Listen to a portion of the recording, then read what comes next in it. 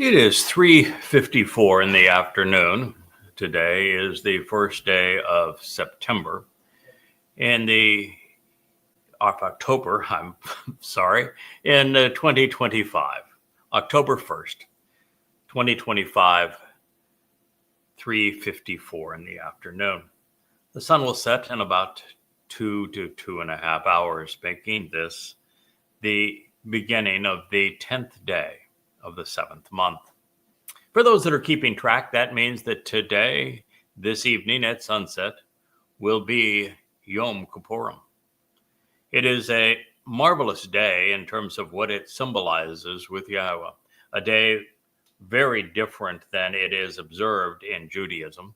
You see, in Judaism, they have been hoodwinked by the stupidity of the rabbis, who have replaced Taruw'ah, which is the Day of Days. Taruw'ah is the greatest show on earth. It's the most spectacular festival that will ever be witnessed by humankind. And Taruw'ah is the first day of the 7th month, but they replaced that with Rosh Hashanah, which is the head of the year, and therefore the first day of the first month in the Babylonian year, doing nothing but upsetting God in the process. This is the 7th month, 10 days after Taruw'ah, which is going to feature a gleaning of Israelites and Yehudim, and then the great spectacle of the sacrifice of the Adamah Parah, so that the remaining remnant of Israel might be purged of religiosity and be prepared for this day. Yom Kipurym, the day of reconciliation, the great homecoming, the ultimate family reunion, when Yahweh is reunited with his people. When Dowd returns as king, when the Messiah is home, when the Son of God is known for exactly who he is and what he has achieved. That all takes place on Yom Kipurym. And that means, ladies and gentlemen, that this is not a day of affliction. It is not even a fast. It is a great celebration.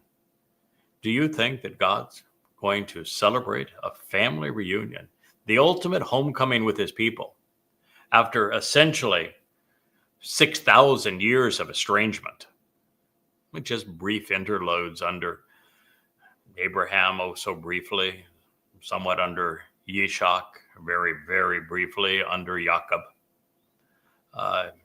not very long under the experience with Moshe, because that was mostly rebellion, very, very briefly under Dowd, and ever so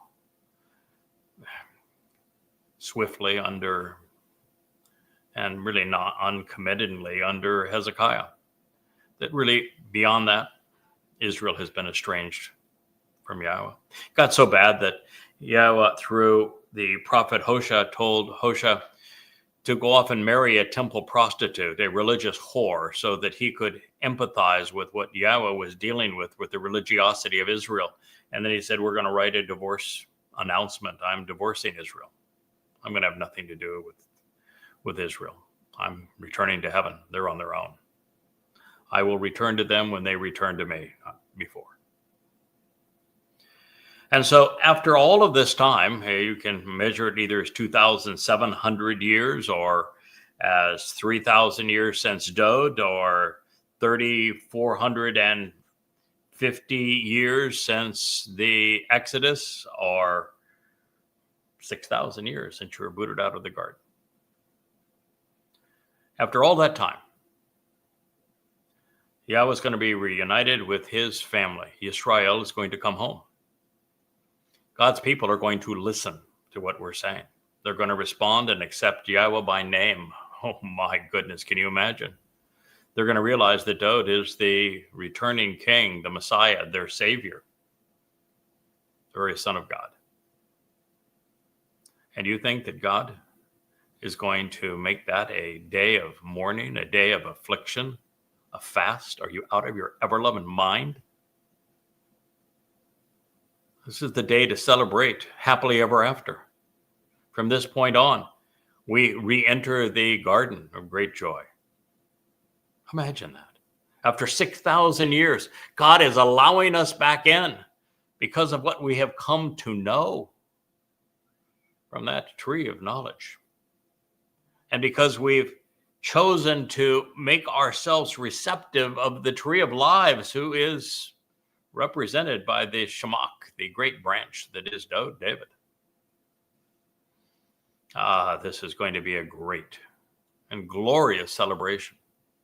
And during that previous statement, as we were considering God's instructions on this date, we realized that we were asked to answer his invitation and approach the presence of the feminine manifestation of this fiery light to draw near unto Yahweh.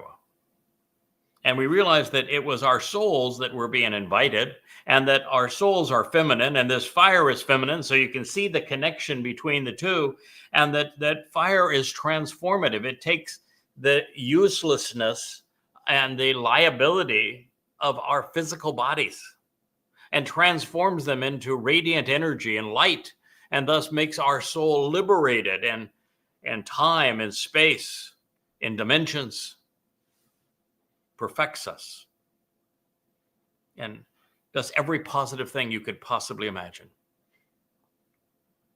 That is what we're being invited to participate in, and that is God's offer to us.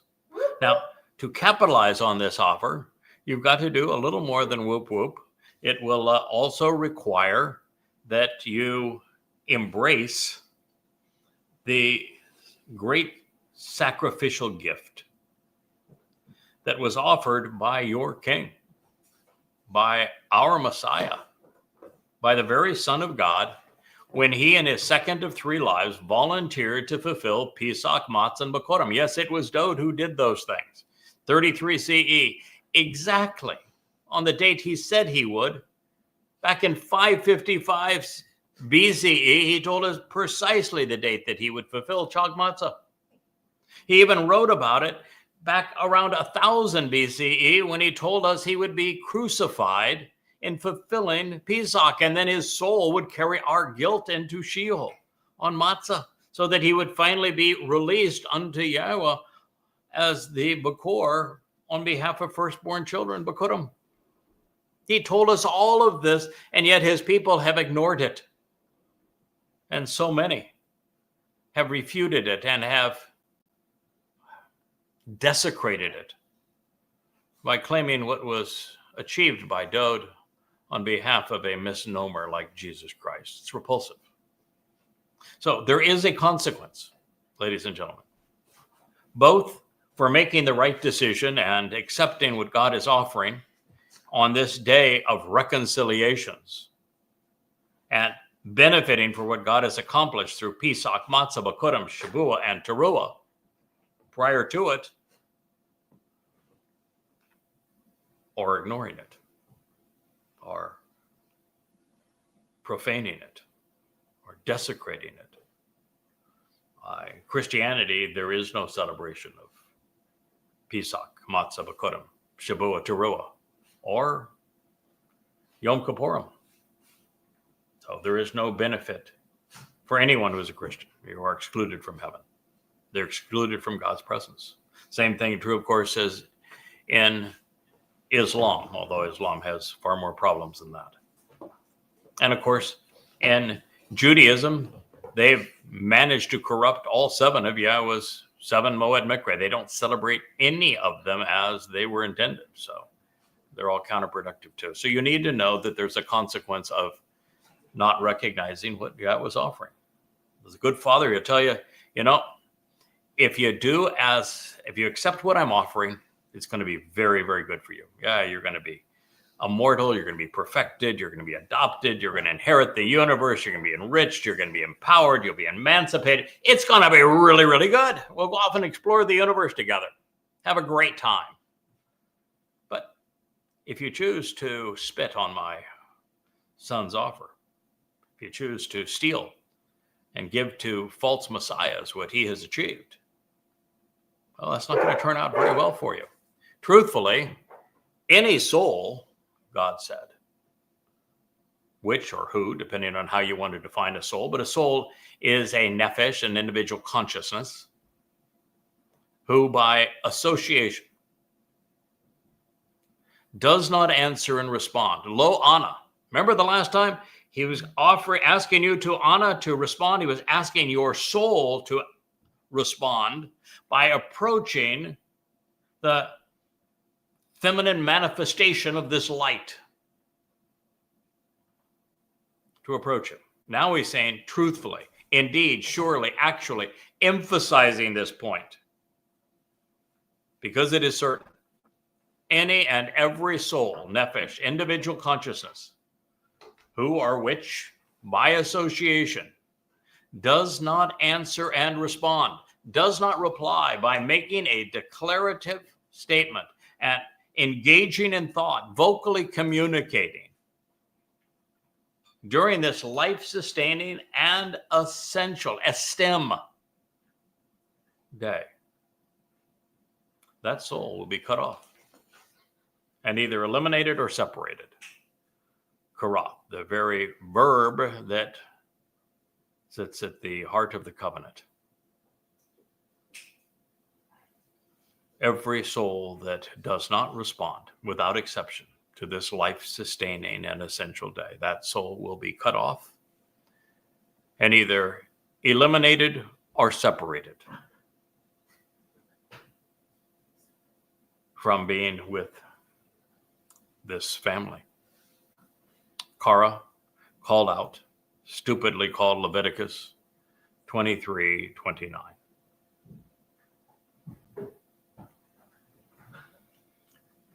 God's not kidding around. He gave you a 7-step plan to live forever, to inherit the universe, to be adopted into his family, to be literally a son and daughter of God.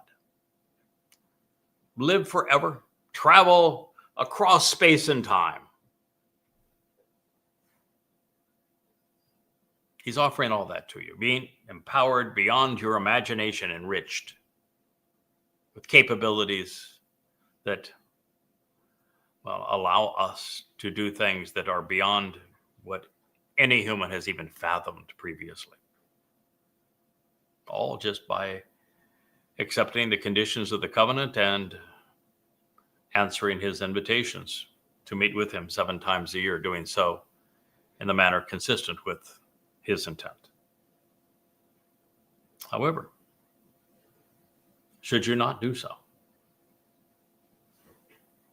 any soul, and that would include 100% of Christians, 100% of Christians, 100% of Muslims, 100% of Marxists, truthfully, any soul. This would also be 100% of Jews who practice and believe in and promote Judaism, because you got this day all screwed up. Truthfully, any and every, all souls who by association do not answer and respond, who do not reply by making a declaration after engaging in thought, that soul will suffer the effect of non-responsiveness during this estem, this backbone of days, this bone of my bones, this life-sustaining, this very essential, substantive, invigorating, corporeal day. That soul will be cut off and either eliminated or separated. Yes, I'm repeating myself, but you need to understand this. God's not kidding around, and you shouldn't treat your soul with such disdain that you don't pay any attention to what he's saying. He is being emphatic. All means all, that's all means. 2 outcomes of Karat. Karat can mean your soul is severed, ceasing to exist. That would be the best possible outcome of ignoring this day. This, the 6 of 7 steps home. But Karat also means uprooted, tossed away, exiled, separated, cut away. Well, if you're cut away, you're cut off, you're uprooted, you're tossed aside, that's far worse than dying. Because the only place you can be tossed away at this point would be Sheowl. And the determining factor is whether or not you are like the rabbis or influencers or politicians and the religious who promote the lies against Yahweh's plan. Then you're going to hell. Don't blame me, blame yourself. God's testimony was clear. Billions and billions and billions of these books containing this message have been distributed. You can read them. Go online. I've translated this passage over and over and over again. Offer it to you free. I'm sharing now from you from volume 6 of the Yada Yahowah series, free at yadayah.com. Very early on in that book. This is a life-sustaining and essential day, and if you choose to ignore it, your soul will either be cut off and either eliminated or separated from being with this family and you. If ever key was worthy of our attention, surely it's worth emphasizing here. Do not expect there to be any exemption to this rule. Kol means all, and as I have said, that's all means, and key means absolutely for certain. No exceptions. So while we exist as mortal men and women, are liberated and confused if your preference is for additional non-binary genders, our bodies and souls are integrated with such that they are codependent. One ceases to exist without the other. Soul and body, they right now are codependent. Your body fails, then your soul is going to either fail or be incarcerated so it can be sent to Sheowl. The only way that a soul exists in a positive way, apart from a body, is to be part of God's covenant and to avail yourself of these 7 Moed Mikre.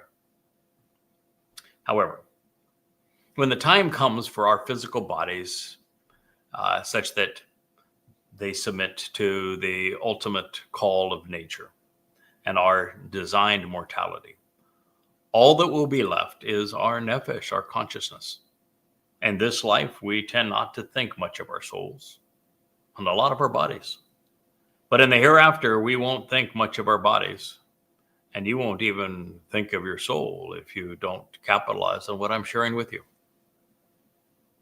And you will rue the day that your soul was conceived if you speak against what we're talking about here. A Nephesh soul, which is, I should say, Karat, cut off from the family of souls, either ceases to exist or it is eternally separated and exiled.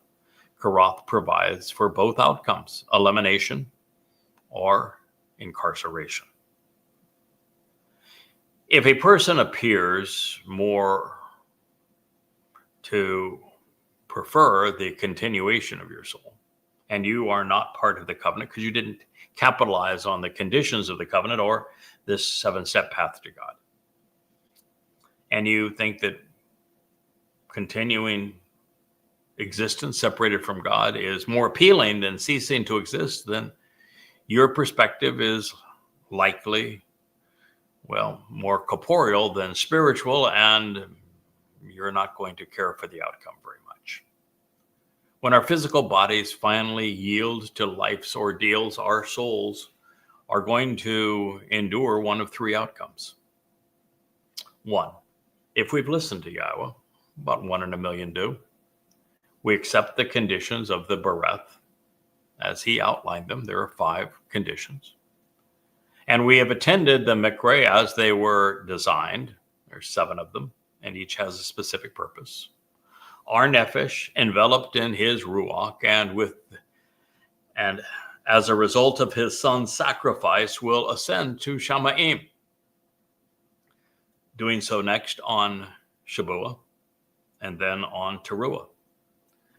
and we will continue to live among the covenant family of souls. Option 2, no reward, no punishment. For those who have ignored Yahweh and have chosen instead to be political or religious, agnostic or atheist, conspiratorial or otherwise confused or distracted, such souls will simply cease to exist, fading away. These are crimes of omission from God's point of view. You were misled, but you didn't mislead. Heaven forbid, but for those who have opposed Yahweh or his people, who have chosen to lead others away from him or harass them by promoting political, religious, or conspiratorial schemes, or as are so prevalent now among MAGAs and Marxists, both ends of the spectrum, Muslims and Christians, and in Judaism, then these souls will be sentenced to an eternity in Sheowl, forever incarcerated in a black hole. And my advice to you is to make that decision quickly. Trump yesterday announced that his intent was for the U.S. military to ignore the U.S. Constitution and swear an oath of allegiance to him, and that his first intent on using them would be against domestic enemies of Donald Trump in America, in America's cities, fighting Americans. And his speech and that of his boy toy was to disregard all morality, even the Geneva Convention, and to be ruthless.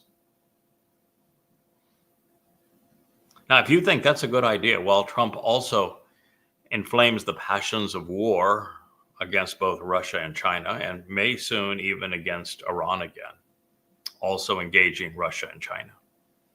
And you think that Trump's idea of causing war everywhere and controlling America through military operations so that he doesn't have to run for re-election, and so that his popularity is irrelevant apart from his confabulating mind. If you think that might be a problem, you may want to accept the terms of the covenant right now, because we're going into a really rough patch. And Trump is possessed by Satan. He is the person that Christians have sought as the Antichrist. He is the Torahless one. He is the great betrayer. Israel, he is your greatest foe, and yet you think he is your greatest friend. You're easily confused, Israel. Obviously so. And that speech, just yesterday, was one of the gravest, most sinister, deplorable rants in, well, probably several thousand years. In fact, I didn't think Satan was that sadistic, but evidently is. And so far, we've had one of 800 generals and admirals resign, just one. Congratulations to that one, a 4-star in the Air Force, but only one. It's apparent that all the rest prefer their careers, their cushy and prestigious jobs, to honoring their conscience or the Constitution. So I would respond rather quickly if I were you, because the world's going to hell and fast. So while God is not going to make an exception for the, well, I've lived a good life plea, or even, I've got such a good heart, he's not being entirely rigid in this proposition. No. The actionable verb, ana, was conveyed in the imperfect conjugation. And that's cause for celebration in and of itself. This means that the moment anyone stops being stupid by rebuffing Yahweh's invitation, and the moment they choose to respond to his summons, you're good to go. Option 1 is in the offing again. All you have to do is stop stupid. Unfortunately, only 1 in a million people are going to do that. But 1 in a million, that's still 8,000 today. It's a pretty goodly number that will stop stupid somewhere along the way. Now, turning to the other verb, not only does Karat provide for both eventualities, elimination and exile, it offers yet another contrast. The covenant was established with the same verb. We are cut into it, or we're cut out of the bereth based upon our response to Yahweh's conditions and his invitations. Also telling, Karat, to cut into or out of, to exclude or to include, was shaded in the Niphal perfect. In this case, the subject, which is the soul, both carries out and receives the result of being Karat, cut off at this moment in time. Therefore, whatever fate we choose is the one we are given. You get to choose if you want to live with God forever in heaven, whether you want to spend your time with fellow religious and political devotees in hell, or you just say, okay, that was a good run. I'm done. I'm going to take a dirt nap. It's over. You get to choose. Now, mind you, the choice of I want to live forever in heaven and inherit the universe, well, that comes at a price. Yeah, sorry to tell you it does. You've got to learn what Yahweh is offering. You need to understand what he is asking in return.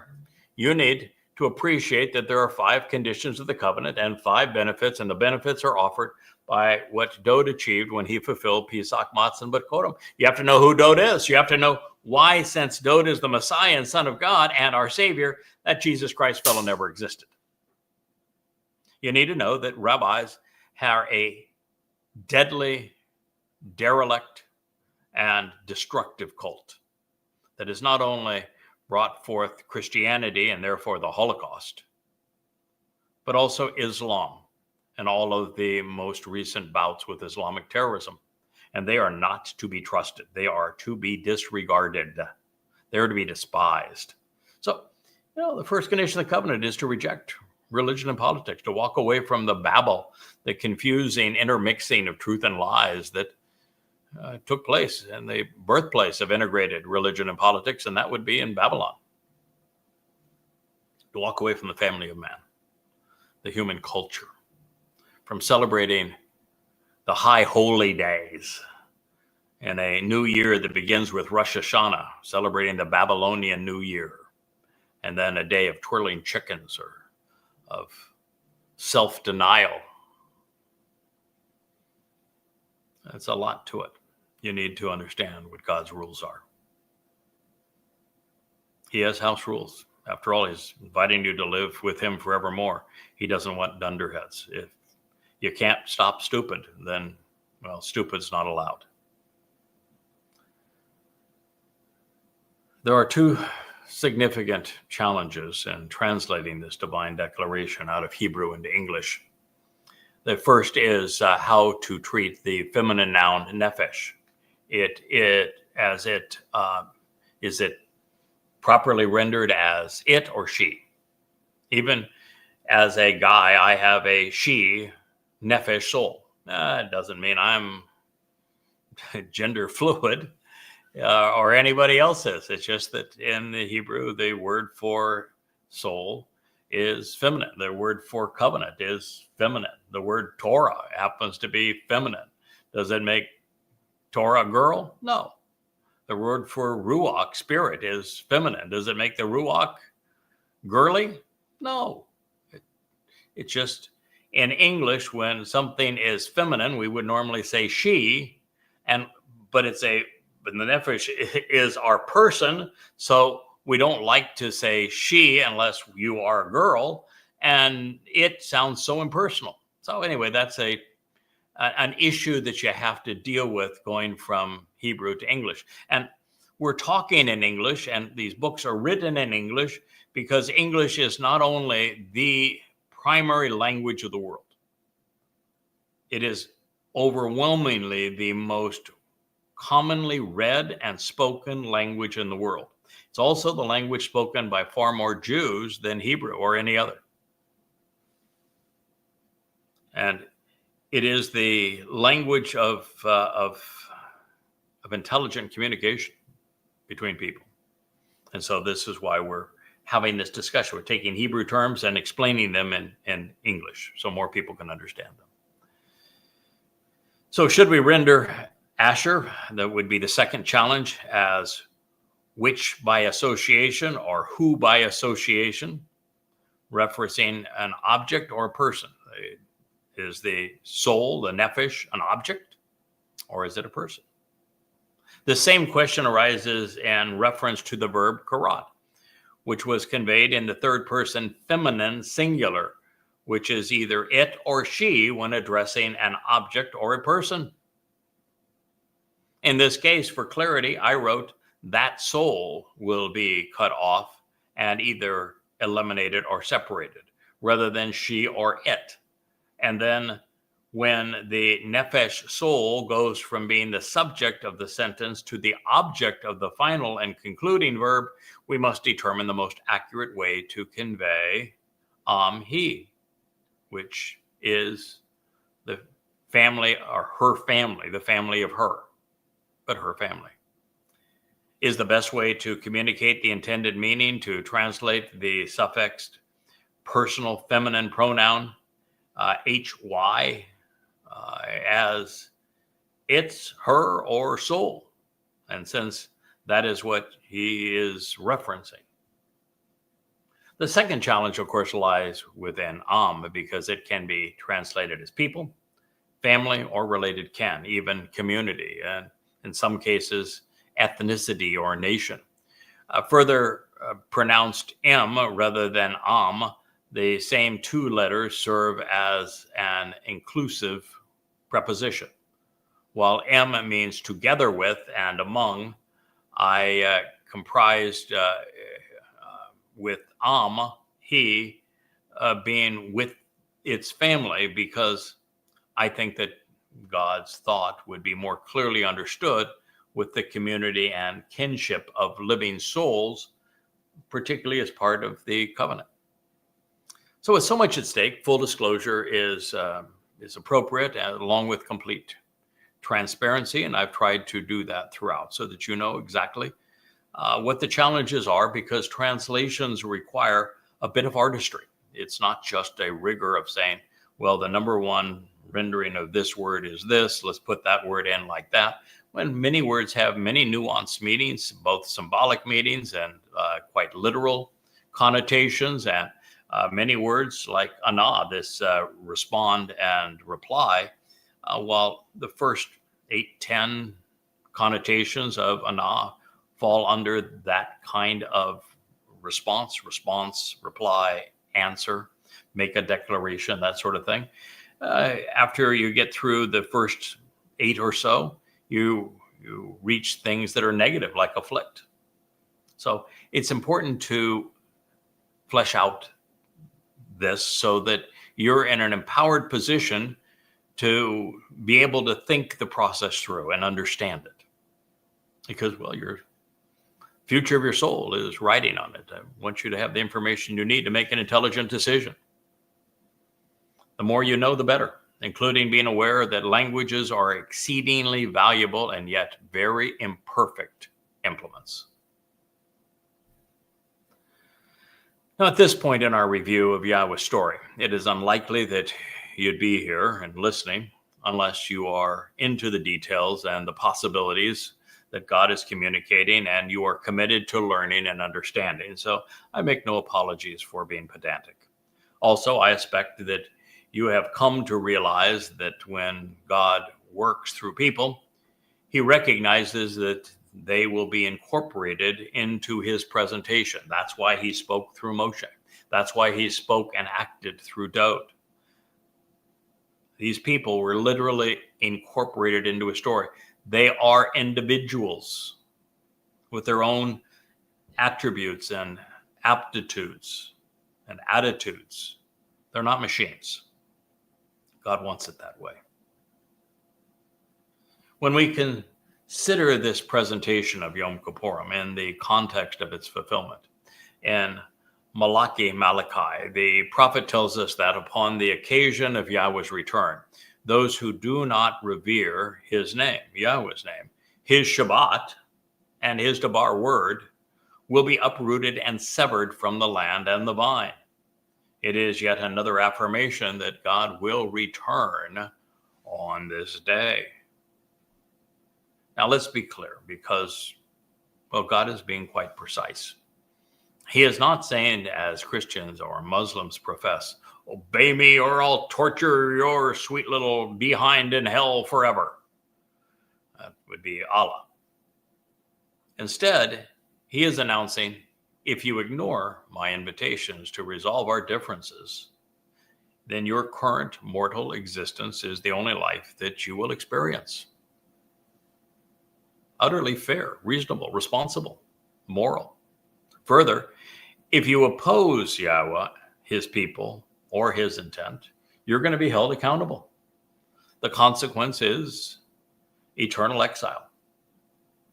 The provision is from God. The choice is ours. And now you know.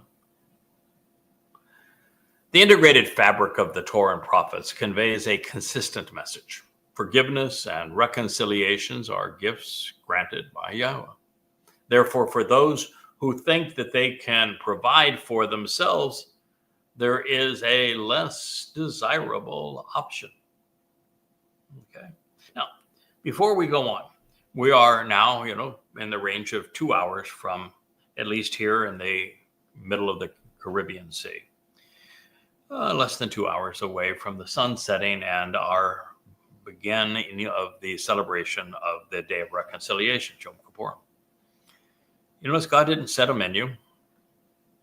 God hasn't asked us to do anything except he's asked us to recognize that he is offering to transform our souls through a symbolic fiery light so that our physical bodies are transformed into energy, radiant energy, and into light energy, so that that becomes the carrier of our souls.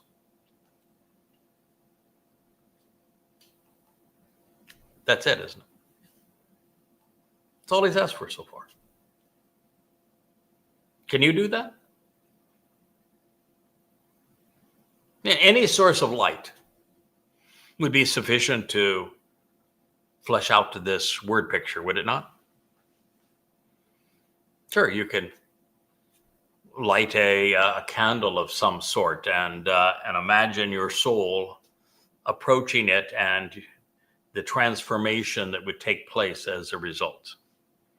But really what you're doing is you're paying attention to the fact that this is the 6th of 7 Moed Mikre that Yahweh has offered, and that this is the day 8 years from now, on this day, that Yahweh is returning with Dowd, his beloved son, and that the earth will have been transformed in the conditions experienced during Eden, and that Dowd is going to come back as brilliant as the sun and as Elyon, as the influence of God.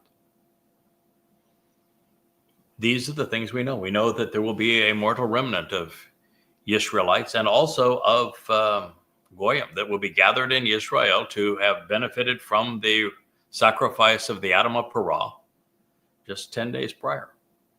That will have been the greatest show, the greatest spectacle in human history 10 days ago in preparation for this day. The family reunion. Appreciate what God is offering, what he has already achieved through fulfilling Pesach, Matsah, and Bikuwrym. That is what should be in your mind as you celebrate this day, appreciative. Zechariah 12 is a wonderful example. It talks about the Spirit of Yah coming upon Jerusalem, the source of reconciliation. And God says then his people are going to look up to him along with the one that they have pierced, and they're going to weep for him as one would weep for a firstborn son, because the one who was pierced is the firstborn son of God. He is the one who fulfilled Pesach by allowing the Romans to crucify him. And he is the one returning with Yahweh. That's what you ought to be thinking about. And any soul who, by association, continually attempts to perform any part of the work of the malaka, of the spiritual counselor, this messenger of God, during this life-sustaining and essential day, that specific individual and soul I will eliminate, such that it ceases to exist.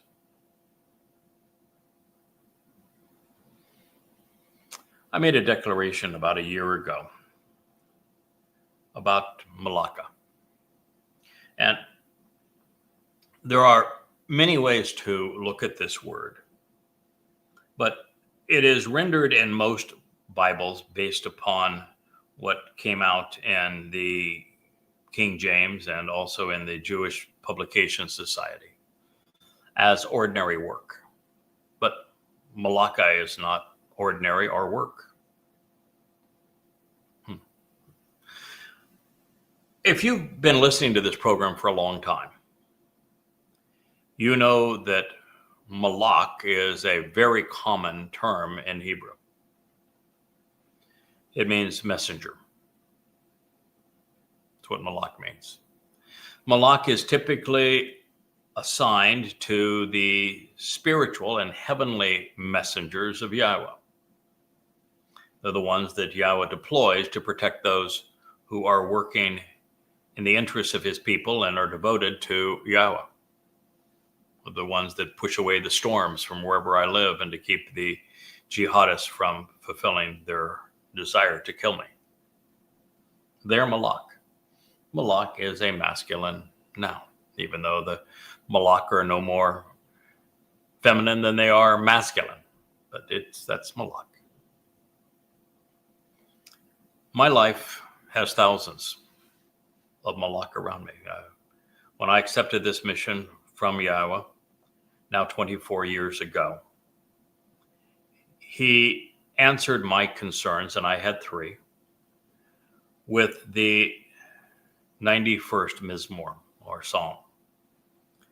And in it, he promised that he would provide thousands of malak to support what we are achieving together. I'm certain they did so around Dowd. They likely did so around Moshe. But God has clearly promised that if I would accept this mission, which I have, and if I would stay steadfast towards this work that he has outlined for us and our collaboration, which I certainly have done, that they would be all around me. But you say it's written in the feminine. The only difference between malak and malaka is the ending, which would make it feminine. That does not make this person feminine. It identifies this person with something that is feminine. What is the single most important thing associated with the man who is most responsible for the work of calling God's people back home? Who is the first person who has correctly identified and deduced the purpose of Yom Kipurym, which is the family reunion where Yahweh, a name no one knew until we began this mission together, returns with Dowd, a man that no one perceived as the returning king, as the Messiah, as the Son of God, or the Savior who fulfilled Pesach, Matsah, and Bikuwrym. Is there something feminine associated with this man? Now, if you're paying attention, you know the answer. What is there, Rich, that is feminine, that is associated with the Towrah? Soul. Ruach. 7 of them. The Ruach of Yahweh Ruach is a feminine noun.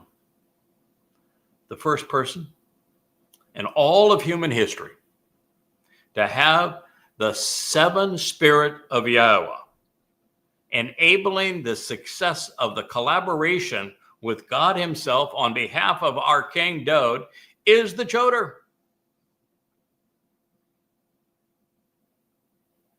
And the Choder has the seven spirits of Yahweh, including the very spirit of Yahweh, the Ruach of Yahweh.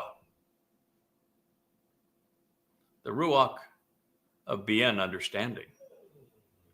The Ruach of Chokmah, intellect. The Ruach of Gabor, of great strength. Ruach of Itzeh, the ability to frame the entire portrait and to see the entire picture that God has provided for the first time from beginning to end, and to explain it. The spirit of Yirah, great respect for Yahweh and his name. And the spirit of Dowd, of knowledge regarding all of these things, literally serving as the tree of knowledge. When Dowd would introduce the Choder, and he was the first to do so 300 years before Isaiah did in the 11th chapter of Yeshayah,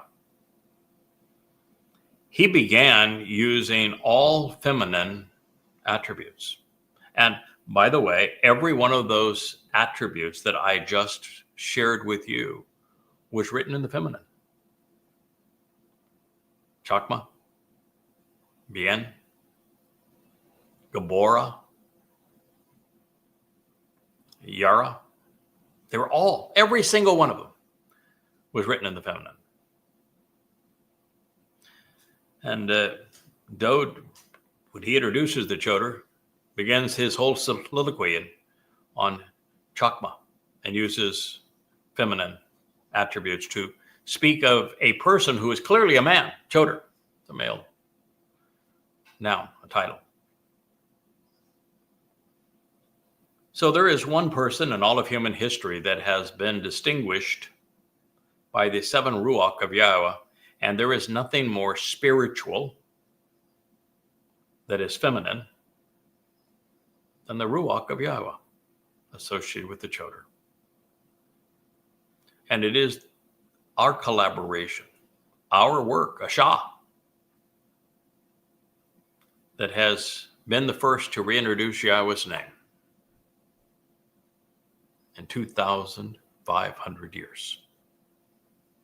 The first to identify that Yahweh's Son, the former and returning King, the Messiah, is Dowd, and that he in his second of three lives fulfilled Pesach, Matsah, and Bikuwrym, and he is the one who is returning with Yahweh on Kipurym. Not a person knew that for 2,500 years, which means not a person could capitalize on this offer and an answer until Yahweh provided the Malaka.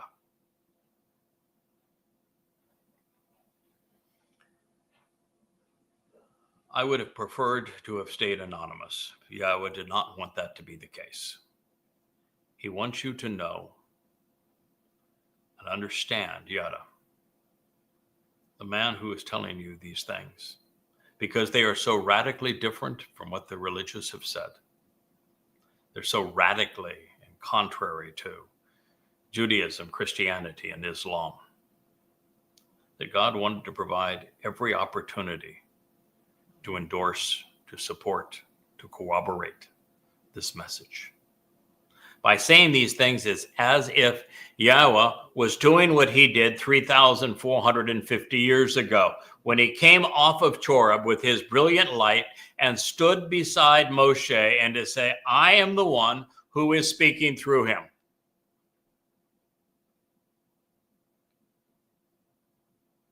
Now, when God did that the last time, Israel, you told him to shut up and go away. And I know you're not listening now. But a time of trouble is going to befall you. and you will listen then. But that is what God is conveying in this message. And if you think, well, that's really egotistical for you to write yourself into the story, hell no, it's not. I didn't write myself into the story. I didn't ask for any of this.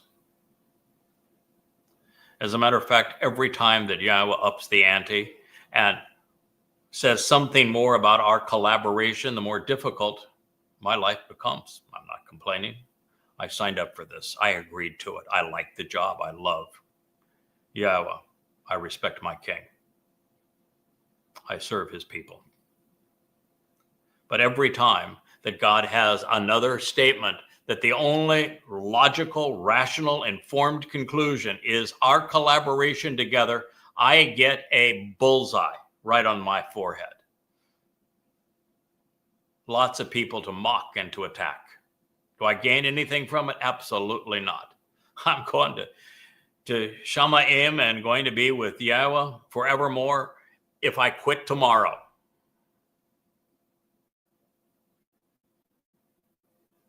But I'm going to endure your insults. I'm going to put this target, I'm going to accept this target that God has put on my head. Because he also has 1,000 malach, keeping anyone from actually doing any harm.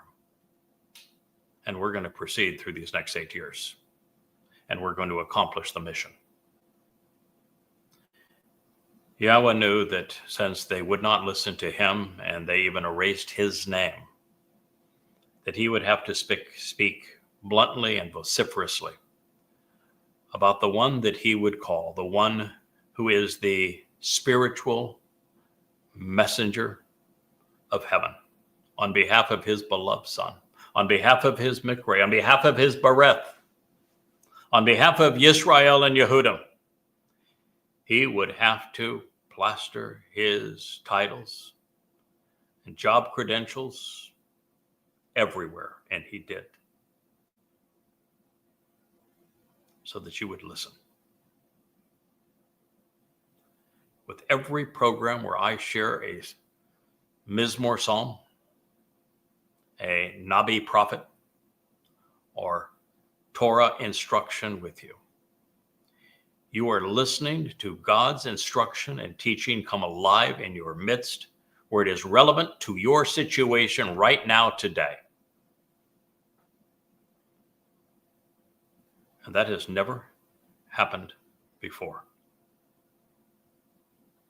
There are 25,000 pages of translations and analysis in these books that surround me, all free at yadayah.com. Yada, to know, Yahweh, all free to you, with some 10,000 insights previously unheralded. And some of them so profound they represent the greatest discoveries in human history. Yes, Yahweh knew 3,450 years ago that we would work together in this way. I may not have been the best choice. I may not even have been a good choice. I may be way below your standards. But it doesn't matter, because you didn't choose me. He did. And he equipped me with his Ruach to do this job to his satisfaction. And I'm here committed to it. And you're either going to listen or you're going to die. It really is that simple. It's a life and death proposition. You're going to listen and respond and live, or you're going to be a jerk like the religious have been against God for the last 6,000 years, and you're going to die. Your choice. As for me, I'm going to do the work of the Malaka to the greatest extent possible. Nothing anyone will say and do is going to change that. But you can have a profound effect on your soul by how you respond to it. And any soul which, by association, continually attempts to perform any part of the work of the Malaka, the spiritual messenger, during this life-sustaining and essential day, that specific and individual soul I will eliminate such that it no longer exists from being around the family or striving against the community of living souls. Karat called out, stupidly called Leviticus 23:30. I, based upon Yahweh's guidance, have been very cut and dry when it comes to those who choose to challenge the teaching that I am providing on behalf of Yahweh. Somebody that piped up again today. It's not to be tolerated. In our community, it's like a cancer. I didn't ask for this role, but I was given it, and I'm going to do it. And if you wish to oppose it, you're going to die. You're going to be separated from the covenant. We had a whole group that came out of a conspiracy cult, that have gone back to a conspiracy cult, that thought they could do it better. No, you can't. What did God say when Miriam said, yeah, we too speak for God? Hell no, you don't. Anyone that is trying to do the job that I've been assigned to do is going to face the consequence. You can support it, and that's a really good thing, but you can't do it, and you can't be in conflict with it. Now you might say, well, you're talking really big there. No, I'm not. God is. There is no other rational explanation for who this Malaka is. None. No other rational explanation for who the Towrah is. No other rational explanation for who the Nakar is, or the Nakri, or the final Zeroah, or the Bashar Herald, or the man from Edom, or the Adama Parah. That salesman in the end that salvages Dowd's reputation for my Dowd on behalf of El Dowd. It's all the same story. I don't know what God saw in me, why he chose me, but he knew perhaps that just there was nobody else and I would be willing, and that once started, I wouldn't give up. You know, maybe there was an attitude or an aptitude that he thought, hey, you know, maybe I can capitalize on that. Yeah, I've got some unique aptitudes. I'm really, really judgmental. My mind works very quickly. I make connections between things to go from knowledge to understanding. We've got decent retention. I'm not the least bit uncomfortable laying my thoughts out in writing and exposing them to criticism or acceptance, or of looking at you in the eye and sharing these things with you.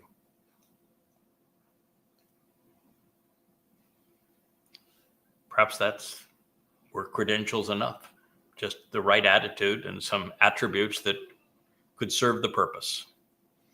Maybe it's nothing more than I was willing, and that God knew I would never give up. There's a lot writing on this now. You see, the fulfillment of Shabuah is 8 years from the end. Taruw'ah, just 10 days from this day. And on this day, there is no passing it. You're either there and you have benefited from Shabuah and Taruw'ah as a result of what Dowd did on Pesach, Matsah, and Bikuwrym, and you're celebrating the return of our King, my King, our God, my God, there in his city, brilliant, loving, exciting, empowering, nurturing. encouraging, or you're dead. And if I had told God no, since there was nobody else, if I had given up early on this process and not written these books, not been willing to speak to you in this way, you know how many people would be part of the Shabuah harvest? How many would take advantage of the Towrah gleaning? How many would be there that the white chariot could pick up and bring into Jerusalem on behalf of the sacrifice of the Adam of Perah? None. And oh, by the way, should anybody be envious and say, well, I could do that job better? Perhaps you could, but guess what? You have to be willing to have every bone in your body broken. Are you willing to do that? Are you willing to go to the most vulgar person in the history of humankind and allow him and his minions to beat you to a bloody pulp right there on the top of the Temple Mount with everybody viewing it worldwide? Because that's the sacrifice of the Adam of Perah. Are you willing to do that? How's your pain threshold? How's your sense of devotion? It's part of the job. And you can't just say, okay, I'll endure that, but you have to build up this reservoir of understanding and a commitment so that you understand how to do that job, why you're doing that job, and what the benefit of that job is, and why, in the end, the ultimate sacrifice costs you ultimately nothing. Because my body would be useless at that time and my soul is everything. And now I'm gaining just this added little bit of attaboy, son, from my Father. And maybe even a little glean of appreciation for the many thousands who will benefit from that sacrifice as Yahweh transforms that broken body into the gift of life, opening the pages of the book of knowledge for the benefit of his people. That's the message.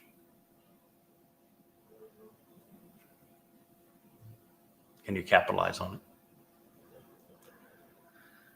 Well, certainly, this is a decree against religion, not of work. God does not want his people endeavoring to replace the role of the Mikre or the Malaka or the reconciliation of his people. And listen, you've got to have an appreciation for what's going on here. Yahweh established the Moed Mikre, Pesach, Matsah, Bikuwrym, Shabuah, Taruw'ah, Kipurym, Sukkah, through Moshe, elaborating on them in the Torah 3,450 years ago. The children of Israel did not understand them. They did not capitalize upon them. There was a dress rehearsal. Pesach became the doorway to life. Matzah became the means to separate from religious and political corruption and oppression. Bikuwrym was the symbol of, after they had left Mitzrayim, of crossing through the Red Sea and becoming the firstborn children, where Shabuah symbolically is the offering of the first narratives out of the Torah on Mount Cherub. So God has done these things. He gave us another dress rehearsal prior to that of Pesach with Abraham and Ishak going up Mount Moriah in 1968 BCE, year 2000, as the dress rehearsal for what the Son of God would achieve as the Passover lamb. There are mileposts along the way and great achievements, but nothing is as great or as deserving as Dowd volunteering to fulfill Pesach, Matzah, and Bikuwrym, to be crucified by the Romans on Pesach, to have his soul go into Sheowl with our guilt on Matzah, and then to trust Yahweh and the Ruach to release him on Bikuwrym, to become the firstborn of firstborn children. These are the great events. And we have come to know that Shabuah is the next harvest, begins the time of trouble, and that the time of trouble ends on Taruw'ah, and that ultimately that is the greatest show on earth with the sacrifice of the Adamah Parah, with Elia returning to orchestrate the event, and how this brings in Dowd's return to anoint the mercy seat of the Ark of the Covenant upon Kipurym with the blood of a bull, the Adamah Parah, and a goat, Elia. Ushering in the time of happily ever after, this family reunion, so we can return to the garden on Sukkah. I have a number of roles in that. I am the one cultivating the harvest for Shabuah and Taruw'ah. I'm the one offering the sacrifice on Taruw'ah. But mostly, my job is just Malaka. Truly, all boils down to that. That is my job, Malaka. 24 years so far, 32 when it's all done, of Malaka. Of being a conduit for the seventh Ruach of Yahweh. So that the seven Ruach of Yahweh could use my mouth, use my voice, use my hands to convey this message to you. From God's point of view, that's a life well lived. I hope for you that you listen, you read, you think, and you capitalize on this offer. For those that do, I wish you a very happy celebration of Yom Kipurym, starting at sunset this evening, wherever you may be. May Yahweh bless you forevermore.